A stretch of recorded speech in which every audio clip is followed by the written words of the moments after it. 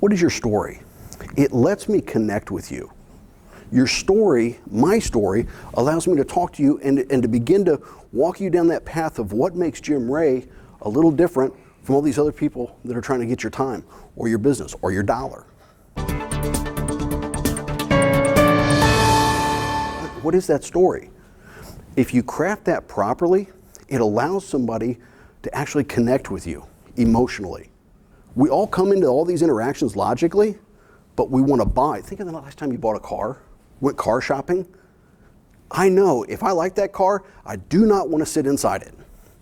Don't want to, because as soon as I sit inside it and I get that rich Corinthian leather or whatever it is today, and I listen to the stereo a little bit, I'm like, yeah, these seats are awesome. Look at the speedometer, 135. Are you kidding me?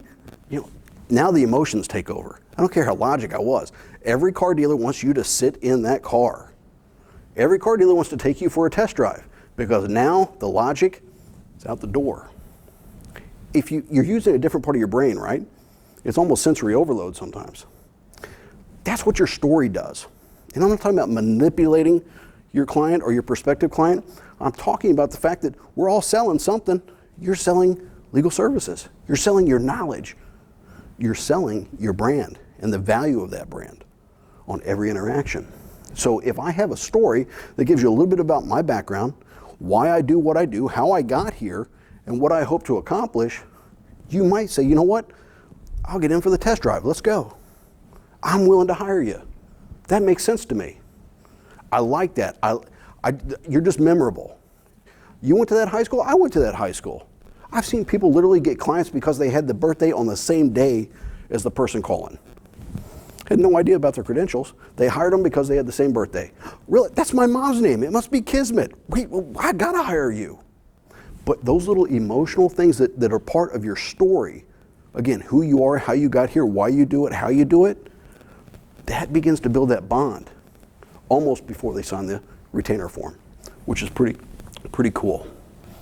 So we talked about this just a little bit. It does really set the table because you want that client to think that you care enough to actually listen. And most of the time, depending on what kind of law, well, some of you guys are in family law, so obviously what they're bringing is chaos, okay? When you're talking about your story, it's okay to be a little vulnerable. It allows them to open up. The last thing you want to do is get further into a case and they go, oh, I forgot to tell you this. Could change the entire trajectory of the case, right? Never happens to you guys, but I've heard it happens, okay? The problem with that is they didn't fully trust you yet because you treated them kind of like, fill out this form, okay, we'll do that. You went through the mechanics of it, but you didn't build the relationship of it. And if I've got to unload and let you see all of my chaos, I feel pretty vulnerable. If you are able to do that as well, it opens that information ahead of time. It allows you to have a better start and a better finish because they will trust you. Because at the end of the day, regardless of what the outcome is, they're going to talk to other people about their experience. Did you think you got a good settlement? Yeah, he or she, they fought for me. I mean, I saw some of those letters. I saw them in court. Oh my God, they were awesome. Did they get overruled? Yeah, but they were awesome. They're going to remember that, okay? Your expertise provides value. Sometimes they don't know that yet.